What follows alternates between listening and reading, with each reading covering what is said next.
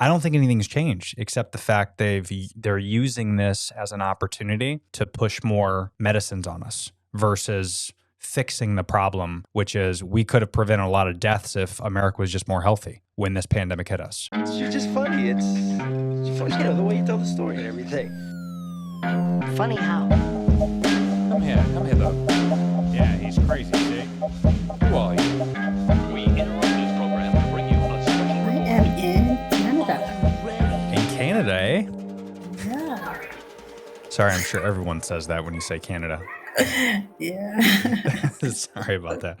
It's so hard not to, us Americans. We have to say that. Everybody's usually local. Yes. But this is cool. I think you're only my third international call. I actually, Yay. yeah. So congrats on that. I just had someone on the other day actually from Nigeria, which was interesting with the Wi-Fi. That was tough, but we got through it. We got through it well. And then, yeah, I think you might be my first Canadian. So this is big for the country. A. Eh? Yeah. So I first originally, obviously saw you via email. Something came through just kind of telling me a little bit about your background and things like that. But if you can kind of give me a cliff notes of what you do and your interest on being on the show. Yes. My background is economics and social development. So I ran an organization and in nonprofit and community social services, right? But my passion and my current activities are in patient advocacy, trying to pivot the way we perceive healthcare and becoming it more of a your own wellness advocator and health advocator, where rather than considering everything that's happened over the last couple of years, we can't just rely on physicians and healthcare supporters just to help us get better, because that system is broken. So that I do a lot of people. I help a lot of people navigating the healthcare system, helping them navigate through their own traumas in healing, and going back into a cycle of wellness. Wow. So wellness focused. That's great. That's great. And how long have you been doing that for? Well, the background stuff, a decade plus, but with my patient engagement and wellness services, about 4 years now. Oh, okay. Very good. Yeah, I mean, I'm really sorry to interrupt. Go ahead. No, you're fine. That's the crazy thing about these virtual podcasts. I can't stand them because the lag and everything like that. It's so easy to interrupt each other. I used to do podcasts in studio because I have a studio here, and I used to have guests come here. But with the pandemic, obviously things slowed down and stuff. So, yeah, to your point, it's the healthcare system, especially here in America. I mean, I'm a little bit familiar with how it is in Canada because I do have a couple buddies that are up there. In Ontario, and they've kind of told me a little bit about it, but there's also some cons to it as well, right? When you're getting that free healthcare, a lot of times if there's a big surgery, they want to come to America, or they'll cross the border and go to New York or Jersey if they want to save some money, and they'll try to find an expert on that side of the fence. So I'd love to know kind of your thoughts, what you know about American healthcare versus Canadian healthcare, just to educate the listener a little bit on the difference. Yeah, so in terms of the information I do have from the American healthcare system is that it's privatized, but it has tiers of affordability built into it. Like there's the Medicaid, there's Obamacare, there's some public health, and there are some charities that will subsidize payments post discharge to accommodate people that have affordability issues and their insurance doesn't cover it. But for the most part, from a Canadian perspective, the way we perceive the American healthcare system is that if you're doing well and you're economically on the upper scale of the ladder, the healthcare is awesome. Right. But anytime that you're middle class and lower, good luck. Come to Canada. So that's sort of how we see it.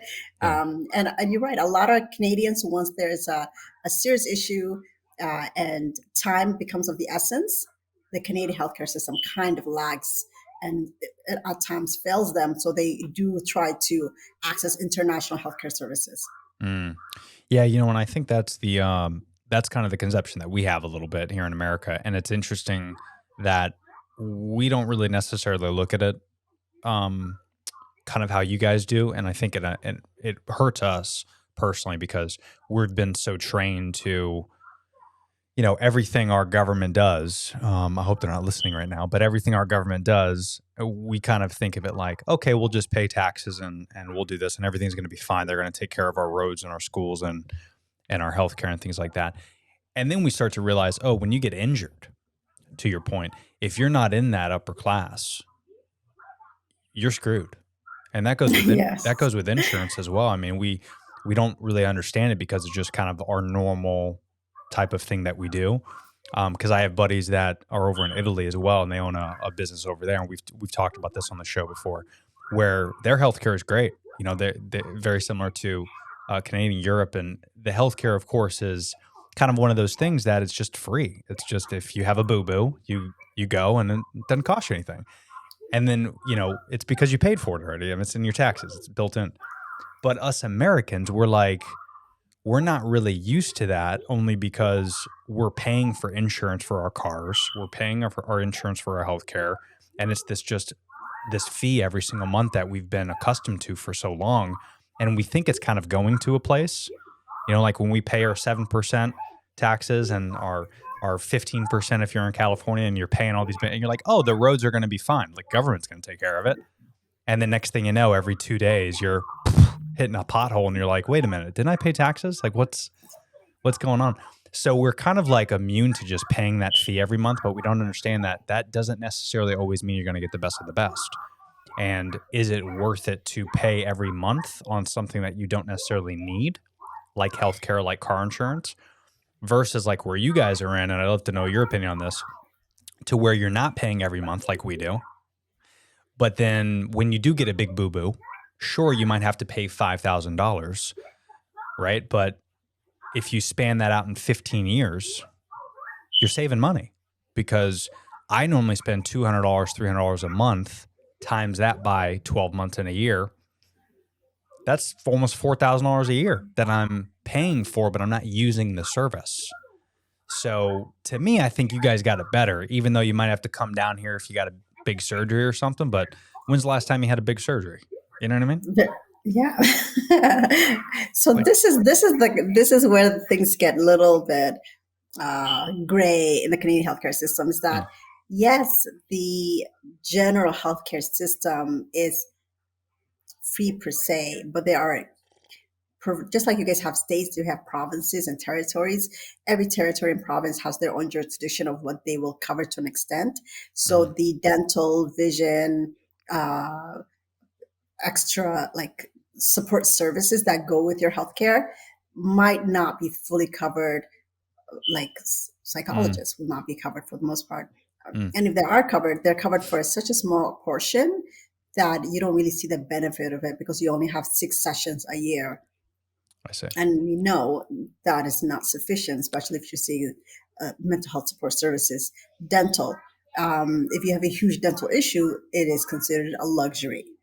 So unless it's like a serious medical surgery that now links into your nervous system and it'll exacerbate, then they'll look at it. But if it's just like, oh, I would like some cosmetic work, or I have a toothache, you got to kind of get your own insurance for it. But I think a lot of times the issue we have here is that we kind of relaxed and said, oh, thank God we're Canadians. We have this amazing healthcare system.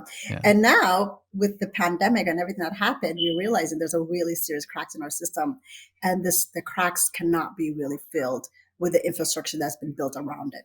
So there's a lot of doctors leaving the industry, the healthcare. There's a lot of nurses leaving. There's burnout. There's this new bill that just recently came out. So it's called Bill C7, which is the MAID's bill, assisted death bill. And initially, everybody was like, oh, actually, that's good for people that are at terminal illness, and they should have the choice. But now it's been expanded so much that you're like, where was this bill supposed to be to help or to alleviate a burden that the healthcare system can't carry anymore. So Yeah. there's a lot of little cracks that are in the system. So I my perspective of the healthcare system is very unique in the sense that initially I was advocating for people to access and navigate through the healthcare system, Mhm. and then I became a patient. Then I had to navigate it myself, and now I'm on a number of boards and advisory committees dealing with like how do we fix the system since it's so broken, Mm. and the frustration is quite huge. Yeah, I could imagine, especially post pandemic for sure. Have you guys come to kind of I mean, a silly question, but have you come to a conclusion or a census on kind of how to move forward and how to get better from this, or is it still kind of up in the air? Nobody knows because Yeah. the resources are so finite. The way that the healthcare system has already been built is fee for service for the doctors. So they bill for every 15 or 20 minutes. Then how many people do they see, right? Mm. And also, when somebody gets discharged from surgery, where are the support services to help them get better? That's out of pocket. So a lot of people fall into the cycle of poverty right after surgery because they don't have the infrastructure, they don't have the support system. And then it becomes, oh, I thought I had a system that was there for me, but I really realized it's only for surgeries, quick physical fixes, but nothing outside of that. Where I think with Sure. your system, the insurance policies cover a lot of like massage, there's all these things that are built into it. And then the more you're up on the economic ladder, there's more leverage of like, oh, I can really maintain my full wellness and healthcare and well-being, right? In Canada, a lot of people are seeing that. If Yeah. you're a person conflicted with a rare disease, something that surges outside the traditional norm, then you got to go international sometimes. That's right. Yeah, I've noticed that, especially I had a few buddies that have done like stem cell research and um, they're dipping more into like microdosing and things that America really isn't on par with quite yet. But, like overseas or in Mexico and these type of places where we might have to pay out of pocket for things that are out of the normal and then hopefully we'll kind of catch up to things. But I would imagine it's been like that for years, for decades, where healthcare is constantly changing and, everything that's especially here in America, if you do have something that's either an underlying condition or some type of issue like I have an autoimmune disease, Crohn's disease. So I was diagnosed about 4 or 5 years ago, and I was lucky enough to where I was in and out of the hospital, and um, it would have been a huge out of pocket expense for me. And not just with medication, but I've had surgeries and I've been in ER, and I didn't really know what this thing was. So there was a lot of procedures and a lot of things that had to be done. So in that aspect, I guess the healthcare system definitely worked in my benefit because I did have insurance through my company where I've been paying every month. And, like I was mentioning earlier, I worked there for 10 years and I was paying every month, whatever it was, $200 a month out of my paycheck. And I didn't spend any of that quote unquote money for 10 years. So 20K I spent to this company for healthcare and I never used it. And then eventually I ended up having to use it. And those visits alone that I had to go in the ER cost me well over $20,000, but it was covered by insurance. So I think that's kind of the benefit of insurance that people don't really think about, to where, yeah, you might be paying every month for it and not using it. But if something does happen, God forbid, at least you're going to be covered in that aspect. Do you guys have you guys found that since the pandemic, the perception of what health is and healthcare has that changed in America? Super interesting question. I talk about this a lot on my podcast because I've been in and out of hospital so much, and due to the pandemic and everything that did happen, I focused more on my personal health, mental health, physical health, and things like that. But then I'm realizing that the shift in healthcare, at least from what I've seen, as much as I've gone in and out, is they're only focused on those diseases. So it seems like they're spending a vast majority of their time and their studies and everything to kind of educate the population on only these respiratory diseases and these infections, but preventative medicine isn't even on their mind.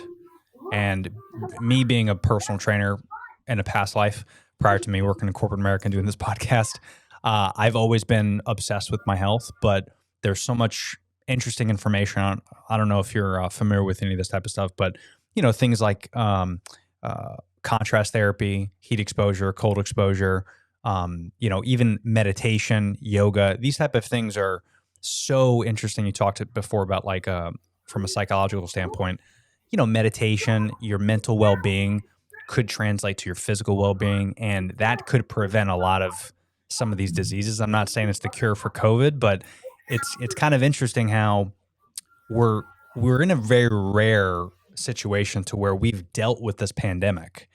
And it seems like our healthcare here in America, they're only worried about what can we do for the next pandemic? What vaccine can we push out that's sponsored by Pfizer and, Johnson and Johnson and all these companies, but we're not talking about the actual issue, which is our nutrition, our physical well-being. We're still the most obese country in America.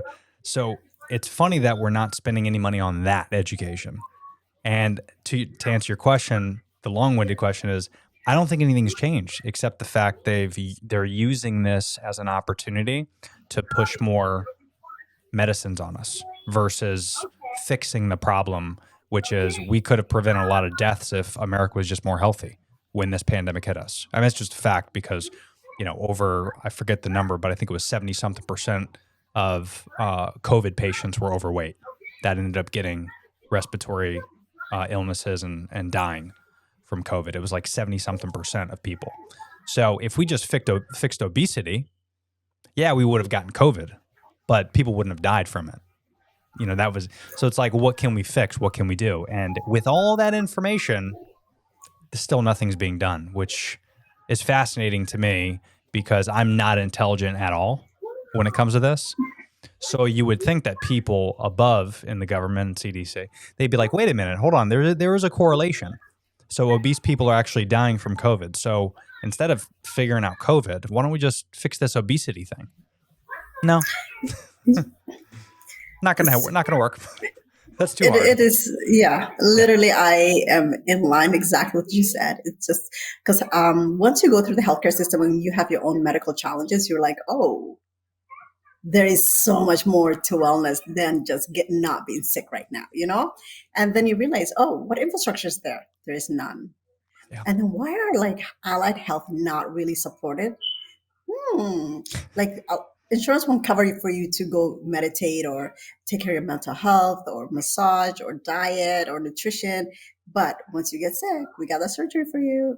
And I think that's really what I'm really advocating against is that the cognitive change in everybody to say, oh, my wellness is the treatment for my health. Like if you start preventative measures early on and you, just like we would keep your car tuned up, you need to physically and mentally get yourself tuned up all the time so that you don't have a breakdown.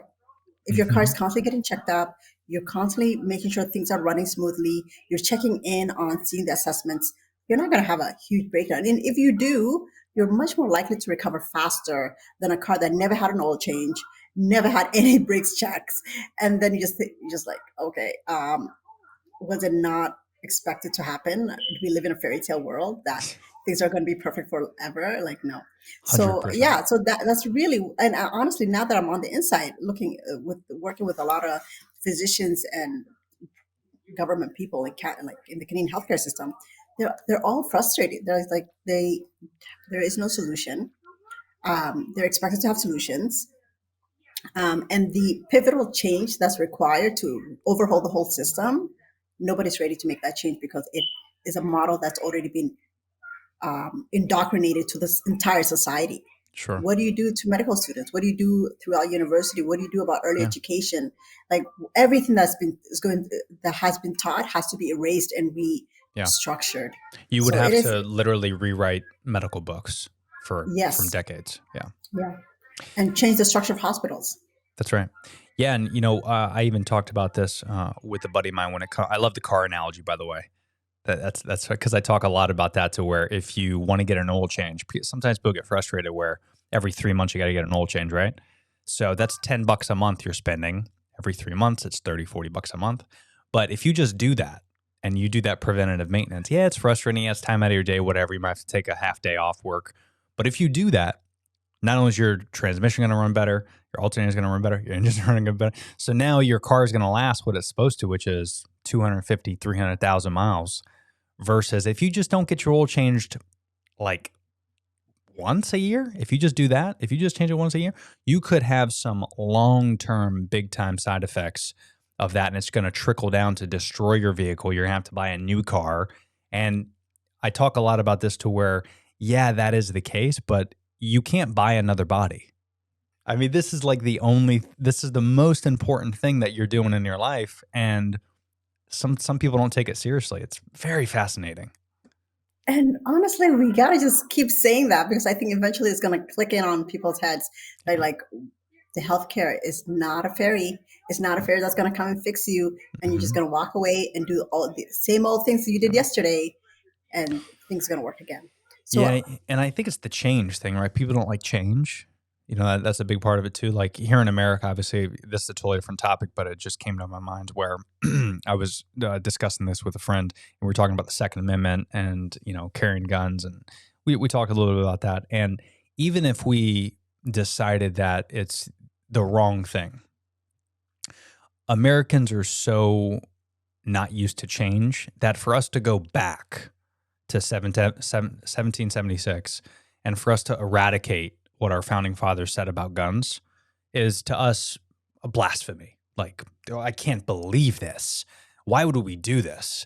And, you know, meanwhile, I'm thinking to myself, okay, so if I was Thomas Jefferson and I was the founding fathers and I wrote that Second Amendment with a feather in 1776, and then I had a time machine, I'm Thomas Jefferson, I show up in 2023 and I look around and there's guys saying, hey, you know, we're still following that thing that you talked about in 1776. If I'm Thomas Jefferson, I'm like, wait, well, you're still doing that? Like, we had muskets. Like, it was a powder and we had to stamp for a bullet. Like, now you have these new guns and you haven't changed the law? What? Like, they would be very disappointed, I think, in us. So, but us Americans, we just hate change. We hate, you know, being out of the normal and the uncomfortable. And, it's funny when I talk to other people with different opinions because there's no objective view. It's what I know, what I've been raised to do, and that's what I'm going to do. Nothing can change my mind, especially when it comes to nutrition. You know, I'm plant-based. I'd love to get into nutrition with you before we head out, but when I was diagnosed with Crohn's, I switched to a plant-based diet after years and years and years of this medication, doctor's visits, and no one was telling me nutrition. Everyone was like, try this medicine, try this. And I was still having issues. Not surprisingly, I'm sure, as you know. And once I got off that medication and switched up my diet to plant-based and whole foods and making my own food and growing my own food, the changes in my overall health from skin to my chronic illness, I mean, everything changed. And is that going to be the case for everybody? I don't know. I just know that it worked for me. And if it works for me, it might work for other people. So I try to talk a lot about that as well on my show, where it's just changing up your diet and the things that you put in your body and the things that you do to your body is going to have a drastic impact on your health long term. what I really like about what you said is that you recognize within yourself that there is a path to wellness for you. Like that, you tested it and now you've developed it and you know it works for you. Like, it is something that's custom. Like, if you gave me the same dietary plan that you use, it might not work for me, but I would have to create my own, right? Mm-hmm. And I think with mental health and wellness, a lot of times we just think it works for him, so it's going to work for me. And honestly, that's not the reality. The reality is that you are an individual with your own genetic makeup, with your own historical context, with your own life habits, and you have to figure out what is going to work for you. That's right. To be at your optimal best. That's right. That's right. And, you know, that goes with everything too. I mean, you're in Canada, so I'm not sure the weather right now, but I'm in Florida. So when the pandemic happened, we talked a lot about this, right? Is when the pandemic happened, we didn't really know the treatments. We didn't know what to do. Well, we were very fortunate here in Florida because I get vitamin D 360 days a year. And now studies are coming out years later that vitamin D is not only a huge factor just for overall health, but for the pandemic in particular, vitamin D really helped COVID patients and preventative measures for these folks to test positive for COVID. And, you know, you look at like places like Seattle, who obviously are very vitamin D deficient. But Americans as a whole, we started to realize that we're already very vitamin D deficient. And a lot of that is the nutrition that we used to get in our food a couple decades ago. Now it doesn't have it, right? Because it's so processed and we're eating all this bullshit. But people aren't getting outside as much. So the last couple of years, they're not getting outside, which is why you ran into, oh, by the way, if you step outside and you go around, you won't catch COVID if you're just out and about. And we thought it was because of the air and all that. No, it's because the sun really helps get us, soak up with that vitamin D. So if you weren't outside getting that vitamin D, your cases of getting COVID increase drastically. And that's what's so interesting about like having these diseases where we're starting to realize, oh, well, this is a preventative measure. But to go back to our earlier question, so we now know, you could look at CDC, vitamin D is not only going to help preventative measures to getting disease like this, but it helped a lot of patients, right? So why is there no government push to make sure that everybody is getting more vitamin D, at least 5,000 IUs a day? Why do we not just give that to every single human being on the planet? Health is a corporation. It's a business. That's really the reality. Yeah, it's completely monetized. Yeah. So if you don't want to be sold, you got to be selling yourself your own medicine, basically. It's crazy. And that's why we all have to do our own research, like you were saying, to where we have to figure out each person. Because again, I need less vitamin D than someone in Seattle, right? So I could just go outside. I don't necessarily have to take a couple drops. I can go outside and test my levels and do my blood work and do my due diligence to figure that out. But yeah, it's very interesting. We know all the information, but yeah, at least I can only speak for, I don't want to speak for every American, but I would imagine the vast majority of Americans know this information, just like we know where our hamburgers come from, but we're choosing, no, I know what my hamburger tastes like. I want it. I don't care that it gets slaughtered.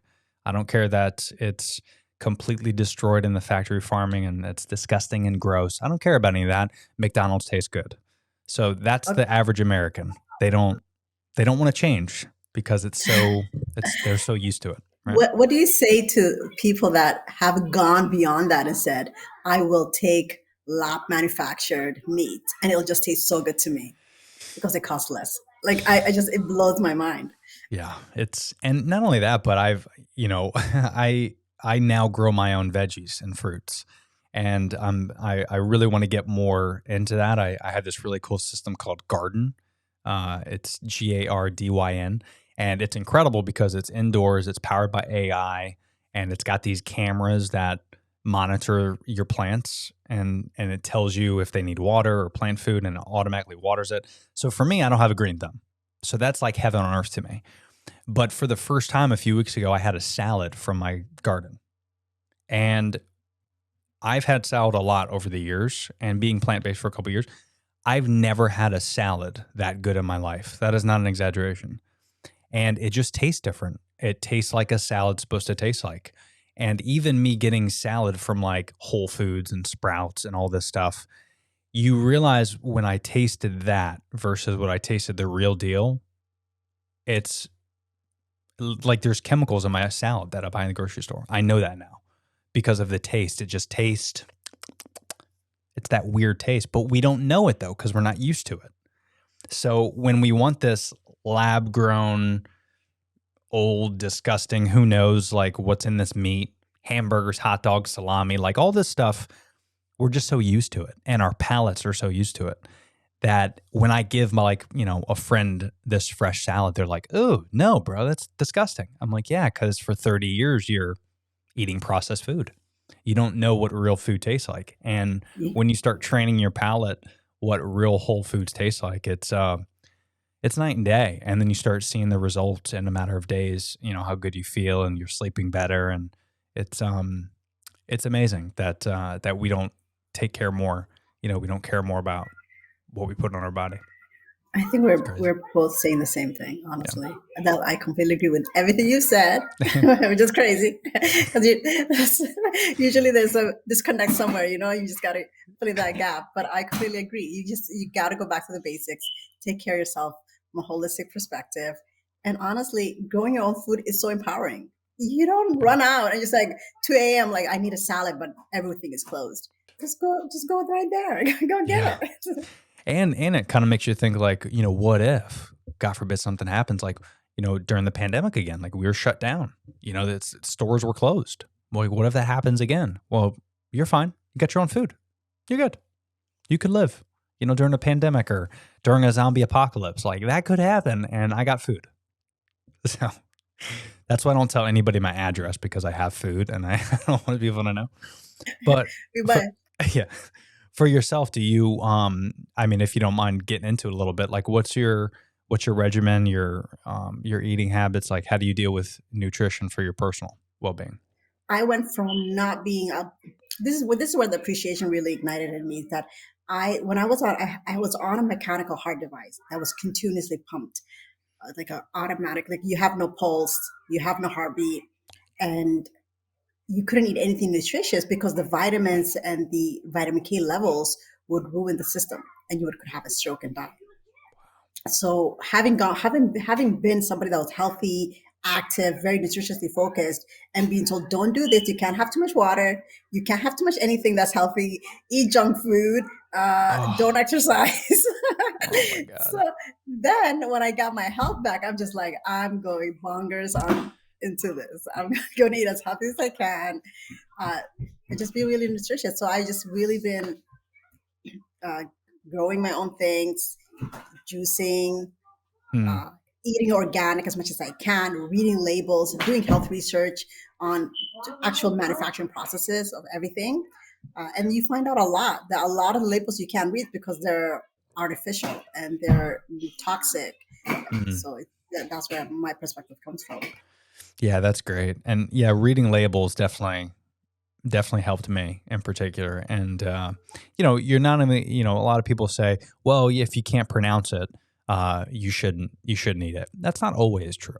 It's a matter of educating yourself on what's actually that ingredient is.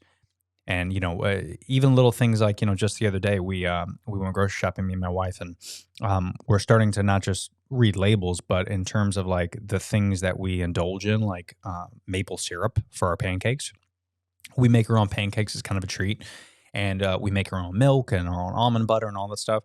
But a maple syrup, that's tough to make, right? We don't have a tree outside, so we're like, all right, let's do this. But instead of Aunt Jemima's or whatever it's called now, I think they changed the name. But instead of Aunt Jemima's, we looked on the back of it, and a lot of people don't know there is not one single ingredient that's maple syrup on Aunt Jemima's. It's corn syrup. It's a bunch of bullshit ingredients. And then we found literally right next to it for a couple dollars more. We look on the back of it and it just said organic maple syrup is the ingredient. That's it. That's the only ingredient. There's no other ingredient. And when I tell you we poured that on our pancakes and it was the best pancakes of our life, it was. So why do we pick Aunt Jemima's? Well, we pick Aunt Jemima's because we had it as a kid. We pick Aunt Jemima's because they have the best commercials. They have the most commercials. Those little small companies that just say maple syrup on it, they can't afford a commercial in the Super Bowl, but Aunt Jemima's can. So we have to really start diving in and being smart that for all these big companies, they just want to make money. If we die tomorrow because their product is shit, there's going to be 1,000 more humans that are born every single minute, and they look at those humans as dollar signs. Ooh, in 5 years they're going to have pancakes, so we need to start putting out these commercials. They don't care about you.